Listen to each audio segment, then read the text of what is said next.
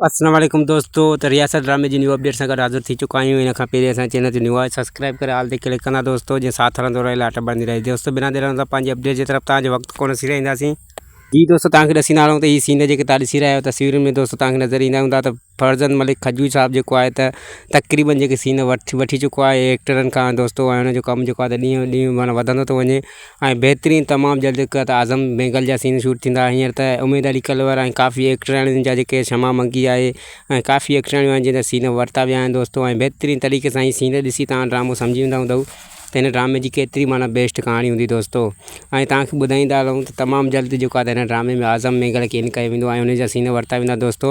ऐं तव्हांखे ॿुधाईंदो हलां त फरज़न मलिक खजूरी जी जेको कोशिशूं आहिनि त उहो माना चाहे थो त माना तमामु जल्द ड्रामे जी रिकॉर्डिंग जेका त मुकमल थिए ऐं ड्रामो जेको ऑन एयर थिए, हुन जा टीज़र ऑन थियनि दोस्तों। त पंहिंजी महिनत सां कोशिशुनि सां जेको त तमामु जल्द जेको आहे त ड्रामे खे त मुकमल करण जी कोशिशि कंदो।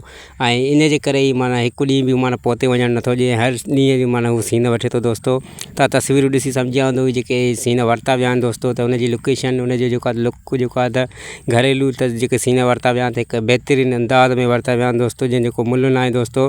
ऐं फ़हीम भुट्टे जा सीन बि जेके अॼु वरिता विया दोस्त आहे हिकु बहितरीनु जेको आहे त हुनजो ड्रामे में क़ैद आहे, अलाए कहिड़े बि हिसाब सां हुनखे क़ैद कयो थो वञे त हुनजा सीन हुन हिसाब सां वरिता विया आहिनि दोस्तों। फ़हीम भुट्टे साहिब जा बहितरीनु तरीक़े सां हुनजा सीन जेके अॼु वरिता विया आहिनि ऐं बहितरीनु एक्टर आहे फ़हीम भुट्टो जी दोस्तों। त वरी मिलंदासीं तव्हां सां न्यू अपडेट सां गॾु, तेसीं ताईं असांखे ॾींदा इजाज़त दुआनि में यादि दोस्तों। ख़ुदा हाफ़िज़।